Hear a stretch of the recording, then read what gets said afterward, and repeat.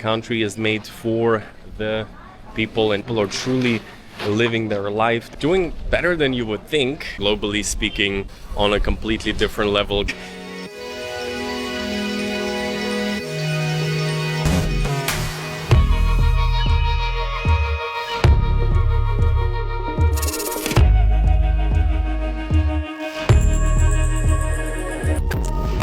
So hello from one of the largest cities in all of China. We are right now in Guangzhou, a very different place. Just arrived here yesterday at night and came from the city of Shenzhen. And just from the first impression, I've already got to tell you, it's very different here. It's a fairly old city. It has been large for a long time. It's actually one of, let's say, in terms of urban population, it's pretty much the largest city, one of the largest in the world. It depends always how you count it. For example, Shanghai theoretically is larger. Chongqing is kind of like the largest, but it's not real. It's not people actually living in the city. This is a gigantic city. Together with Beijing, Shanghai, Shenzhen, this is one of the main hubs in, let's say, one of, if not the largest economies in the world. And I'm excited to check it out. On the one side, this neighborhood looks a bit older than most of what I've seen.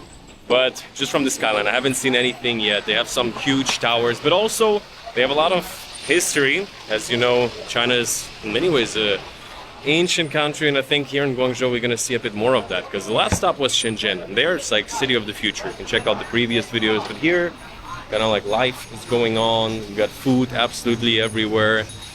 Now I would say, let's dive in. What are you thinking? Yeah, it's very different from Shenzhen. I've been only in Shenzhen. Right now, maybe we are in a local area, maybe all the cities like this, but it's much more alive, I would say, in some ways. Like busy streets, people are busy, like doing something. Everybody is on the road. On the road, yeah. Everybody like is working or hurrying up. But yeah, the vibe is super cool. Like the mix of Thailand and something very And very honest first impression when we got to Guangzhou, I was like, what the hell is this place? Like, we got in the evening here, everything was closed. And that is the thing you gotta say. When it's like 1 a.m., let's say midnight, after midnight on a Tuesday, people are like, well, what should we do? I mean, I guess we should hotpot some mushrooms, maybe boil some eggs. That's the only thing you see in the middle of the night.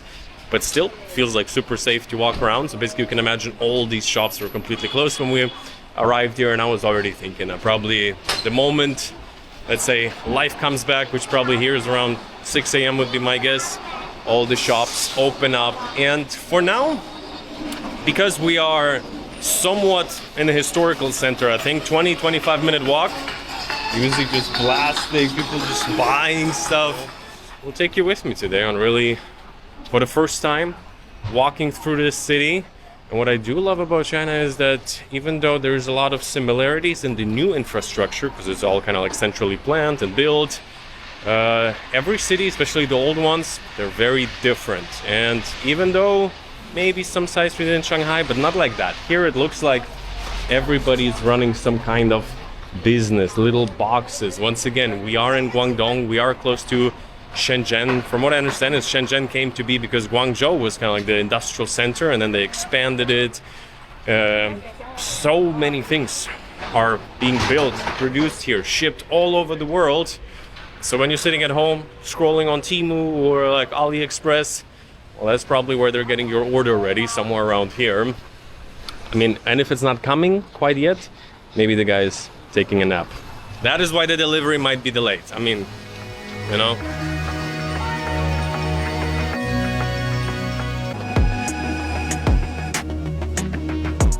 Gotta say, it's quite fascinating. We are reasonably central, and the thing is, there's like so much just old life happening. There's like a mix. At the same time, there's shops clearly preparing some deliveries of some very fancy boxes, and you also see that people kind of take care of where they're living, even though it's such an old street. Like, look at these houses, I don't know, 100 years old would be my guess, roundabout. And for here, I looked on the map and they told me we can pass through to get kind of like to these temples. Somebody's drying their pants. One of the 18 plus million inhabitants of Guangzhou. Amsterdam. So it looks like the concept of a zebra is rather a suggestion, but nothing new to me. Wow, that sounds very Soviet. Yeah. So, wandered into... Yeah? Hilarious. Wandered into another side street. Looks like, I don't know if it's this neighborhood in particular, but it's just like one big market or like little shops that are delivering things. Here, mostly kind of like music instruments, but also some like stones. Pretty cool. I mean, I'm not in the market for a sound system from 1980, but it certainly is. Oh, I am in the market for some Kailu Kaiwan, the local Calvins. That is actually interesting. Obviously, for what is it? Fake, basically, clothing was a huge thing, but now locally on the markets, I see kind of like the name slightly changed. I wonder if, like, legally speaking now, well, they do got still the burnt Nikes here. I wonder if it's like legally not as easy to do that anymore everywhere. Wow. The watches. Oh, okay. All right. That is very interesting. Like I mentioned before, might be a bit tricky to sell these things these days because the lady is all covered up and filming is no bueno. Interesting. This one? One. Sure. Let's see, which noodles do we want? I would say, yeah, let's do these. Super cool. Didn't expect to run into such a huge market because it's all around here. Obviously, food is also all around. This is gonna be like a, let's say, we can call it brunch. Next to it, this man. Very nice, very nice. No? Okay. So, he's cooking the soup up. Almost like in the 5-star hotel. Yeah. By the Soup way, station, yeah. No. But honestly, in some ways it might be better because they're stewing it here forever, you know? Yeah. So it cost you like $2.50 for some soup? Gonna try one if it's... Oh man, whatever the man's having, I want. So guys, look at that. Wow, love it. Looks perfect. Yes. So we're getting the organ soup going. Lisa's not the biggest fan of the organ so far. What do you say? Yeah. It's interesting to try, but I wouldn't eat it like every day. It's like, yeah, it's just a boiled lens. It's my guess that it's a lens because it's like. What is it? Lens. What is the lens? Легкая. Intestines. Yes. That's my guess because it's like tastes like hard but lighter. So. The organ is not the best flavor, but the broth, super good. The broth is good. A little bit of tofu. I actually thought there would be real beef, like meat, but no, it's mostly organs. But the broth, woo, and it costs like a bit over $2. Cheaper here than in Shenzhen. What that? Potato. Potato? Really?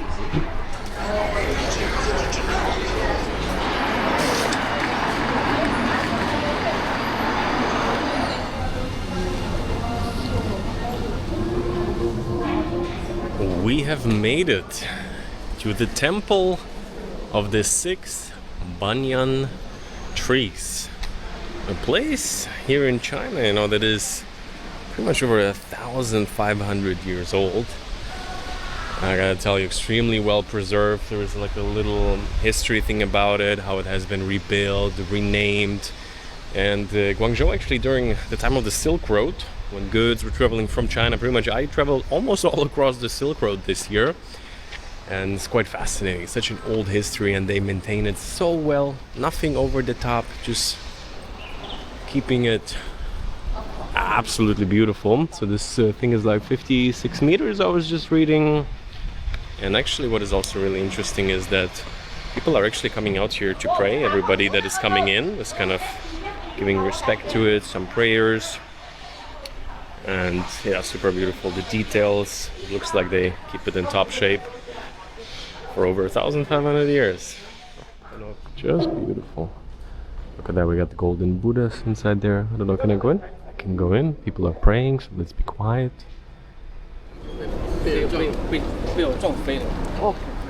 Fashionable grandpa. Yes. Old park. Tree's probably hundreds of years old. And pretty nice. Some type of, I would call it the temple, I guess, traditional Chinese architecture. Big building, probably government building. And yeah, lots of people hanging out there. Old timers. Yeah, it feels like really the average age in Guangzhou is not the youngest. Or everybody of working age is working. The old people are enjoying their lives. So yeah, super nice park. We're slowly making our way into modernity, it seems like. Guys, another thing I haven't, I think, talked about yet in this China series is they have some of the nicest 7-Elevens. Number one, definitely, is Thailand. No doubt about it. The products, the prices, the value. But China, you know, it's everything locally produced. Even a couple international brands that they have, like the Coke and everything, looks a little bit different around here. Like, check it out. It's my favorite energy drink in China. 200 mg of caffeine gets you going. Pepsi looks a bit like that. Coca-Cola, original. They just put in the local name. Got some Monster, but other than that, it's all local. I think I'm gonna grab this. It's Coca-Cola Plus with some fiber. I really don't need it, but it looks funky. And everything else is really like local products, so I like that a lot about it. It's one of the main go-to snacks. It's like eggs, and they have all kinds of dried meats always. I don't even know where they are. They always have a dried chicken in all kinds of shapes and sizes.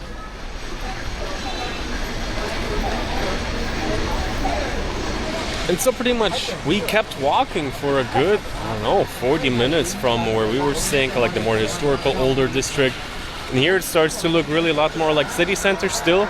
We got the random guy with the bags full of something passing by, but overall big stores, big buildings starting to pop up. So the goal would be to get to like a really modern site. But I checked, walking is not really an option. Guangzhou is a gigantic city. It would be like 2 hours.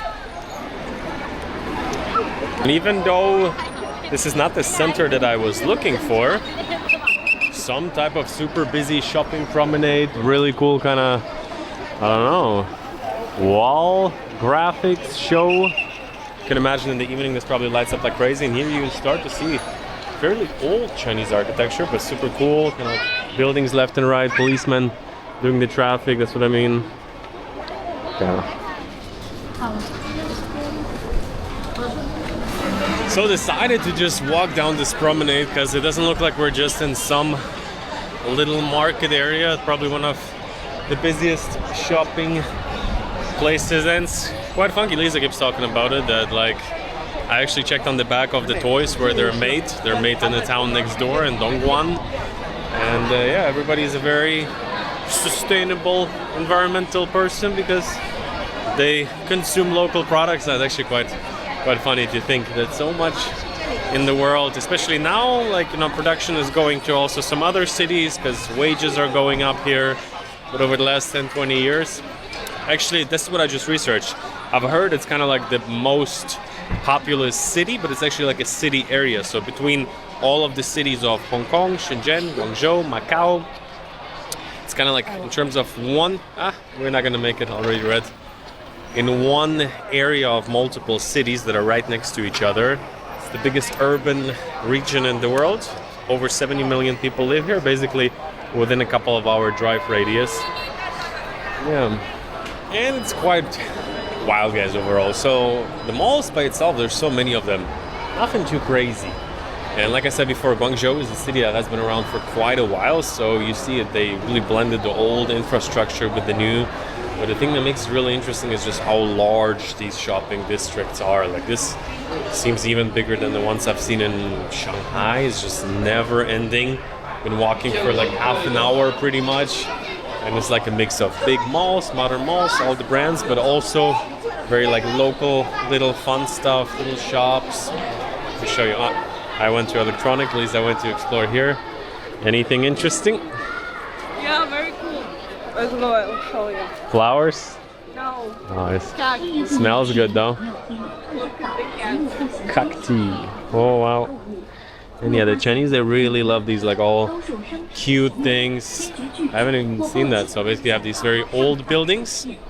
And it looks like they're mostly abandoned, but they didn't tear them down. They kind of made artwork out of it, which is pretty cool. And on the side, they're selling somewhat traditional inspired little trinkets, but it's not necessarily like, it's not even at all, it's not like souvenir stuff. In Shanghai, there's much more like random, run-of-the-mill souvenir nonsense. But here is just fun stuff, really. Which if I would have checked luggage, I'll be heading home. There'll be a lot of stuff to get because it's all very unique, right? Yeah. It's not like the usual like tourist whatever magnet like watch. The actual people are interested in it, and it's super like every shop has something different. Yeah. That's cool. You could spend here all day, huh? I'm kind of like, let's get to the water. You're like, I want the shops. Yeah, just leave me here and I'll be back in 2 days. 6-day visa to hang out at the shops.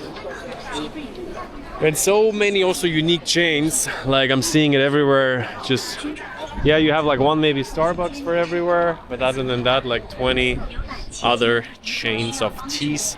Actually, it's quite interesting. Coffee doesn't seem to be as big as tea. There's more tea chains. But yeah, you wanted to check out Luckin Coffee? Yes. There should be one by the water. And this is already the, I think, 4th large street we're passing through here. And behind it seems like another huge mall. And it just keeps on going.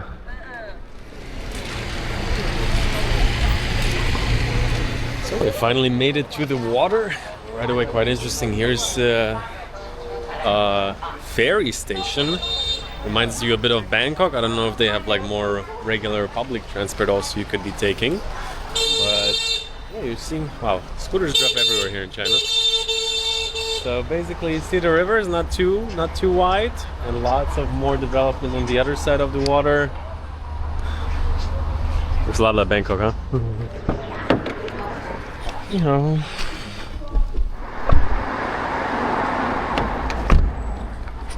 Whew.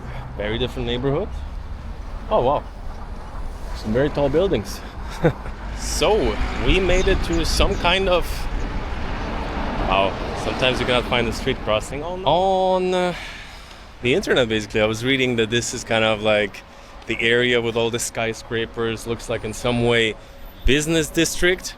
In other ways, what I think is really interesting, once again, Guangzhou is kind of like a fusion of really new but also a bit old style, because still even here some industry buzz and some grandpas are doing some things, but you see really here they built out a lot. Every single building is just super tall, heading all the way back into actually the other side of the river, and there we see the Canton Tower, or at least we're walking up. We should see it any second. So super cool. Still very green. In the back you're kind of seeing the old Guangzhou, somewhat almost reminds me of like some post-Soviet Union countries where you see like an old building from the old times, and then you turn around and you see the new stuff. So almost like a bit of a Manhattan vibe here. And honestly, I gotta tell you, I don't think in China I've seen so far before that there's like really all surrounded. It's like a Central Park vibe. That's how it feels. Much smaller, one big, let's say, greenery, and then around it just tall buildings everywhere. So aesthetically very, very cool. Don't know yet quite exactly what there's to do in the area. Unfortunately not flying my drone as of right now. Yeah, look at that, so nice. And the aforementioned grandpa's at work. Damn, he looks like he needs some help. Central Park vibes continue. Sun is slowly setting.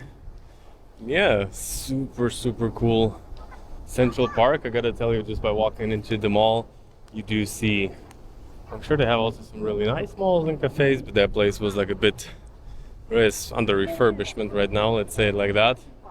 You see this place has been around for at least like 10 plus years overall.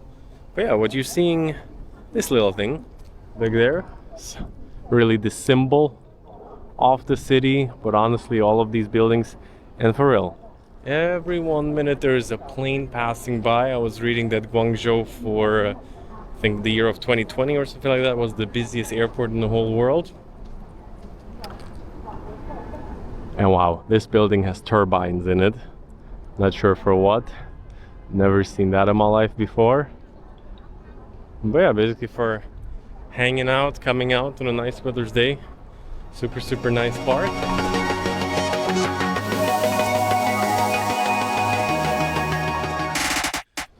So we walked back to basically the main square. Now it's all the way dark. Really cool architecture absolutely everywhere. Like I said, the first impression of the square actually wasn't the best. Some like older malls, but now the more I walk around it, I'm like, well, it's kind of like how you know the rest of China. In the beginning, maybe there was the first developments. This is the public library. Looks actually really cool. So in terms of malls, like you see, absolute never-ending story. Here is like a Rosewood Hotel. Under it is the K11 Mall. As you see, as fancy as it gets, really. You feel like right at the end is the Canton Tower, but actually it's on the other side of the water. They have kind of like these blue installations on the ground. So yeah, absolutely surreal vibes. Infrastructure like no other. Cyber City. Yeah. So that's gonna be the first night. Quite exhausted. That is really the big city vibe. That when you get excited, you just keep walking until you drop, which the moment is slowly coming. So I would say we'll see each other tomorrow to wrap up a little bit the first impressions and to see what else we can do in this gigantic city.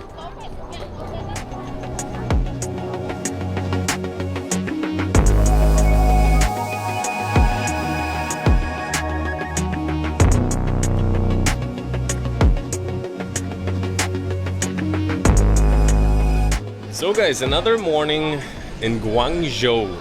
So what I realized is when I was booking our accommodation, I had no idea where to stay really. I saw the modern district, but I wanted a bit of a change. And what I just realized is after yesterday and today, we are really in the historical district. So on the one side, life looks really old here. And I was just saying, what I love about traveling China for the most part is this: nothing is made for you as a visitor. People are living their life. So that is why traveling China also sometimes can be a bit complicated, like in terms of getting around. Once you figure it out, it's actually quite easy. But yeah, just walking through a little side alley, and I think I want to take you to one more historical, iconic spot in Guangzhou that you look like in a top 10 list. It's very high up, and I'm like, oh wow, we live right here, pretty much.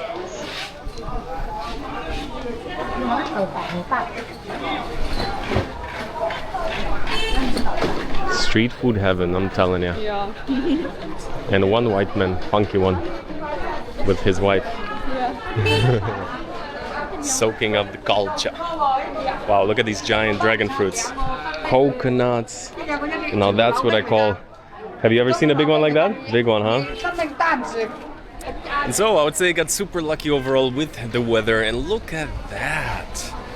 This is the Sacred Heart Cathedral. It's absolutely beautiful in many ways, super well maintained, and for like here it's a really special thing. They obviously don't have many like old Christian churches, a good amount of them, but by many I mean if you're like walking around Germany, where I lived a good part of my life, they're in every corner, but most of them are not as well maintained, and just like you see how much love there is for this place. And it looks like also for a lot of people that is like, let's say an Instagram spot, to say the least.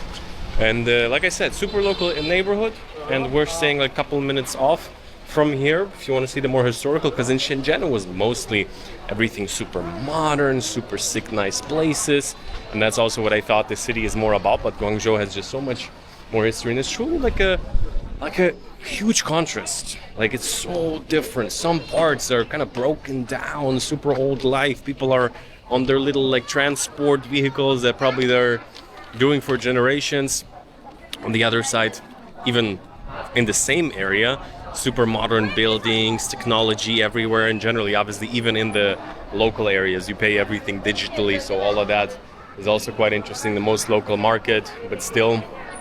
And at the same time, they have a super developed city center, and super is the wrong word. It's like a different level of development overall. Like here, I do have to very honestly tell you, maybe I'll share in the next video a bit more, because right now for today I want to see even a bit more of the modern, because yesterday we even strolled around a bit more without filming, explored here this area. I'm going to share with you my thoughts about Guangzhou. Is probably not my favorite city so far in terms of modernity, but the mix is really what makes it so unique. You get to see so much of, let's say, the real China, the old China, and also the real modern one, but a bit different in Shenzhen. In terms of that, I would say Shenzhen so far. Maybe today I'll change my opinion. This is gonna be the last full day in China for now. So I hope you enjoyed today's video. In general, if you're new here by any chance, on the channel I document my life around the idea of building a life of freedom around the world. And what that means for me is, let's say, location independence is a very big part. To see parts of the world that very often people don't know too much about. You might hear a lot, you might think you know a lot, but really the first time I came to China, my expectations were a bit different. Yes, I expected big buildings, yes, I expected a lot of development, but I didn't expect such, let's say, rich life in terms of all the different facets of daily life. Like what I said before, what I love about it is people are truly living their life. The country is made for the people, and even in, like, let's say, more local areas, by walking around, even the quote-unquote poor areas are still in some ways doing better than you would think, and then the modern areas are just on a completely different level, globally speaking. It doesn't get much better than, especially like Shenzhen, the last couple of videos, but even Guangzhou is, even considering it's such an old city, is in terms of development on a different level. So in terms of, let's say, the number one tier level cities in China, the only one I haven't seen yet is Beijing. Maybe I should check that out. Let me know your thoughts.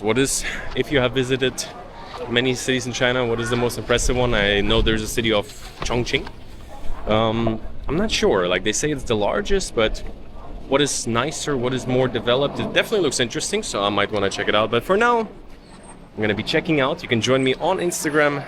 I'll put it somewhere here if you want to see where I'm right now, because usually the videos come out a little bit later.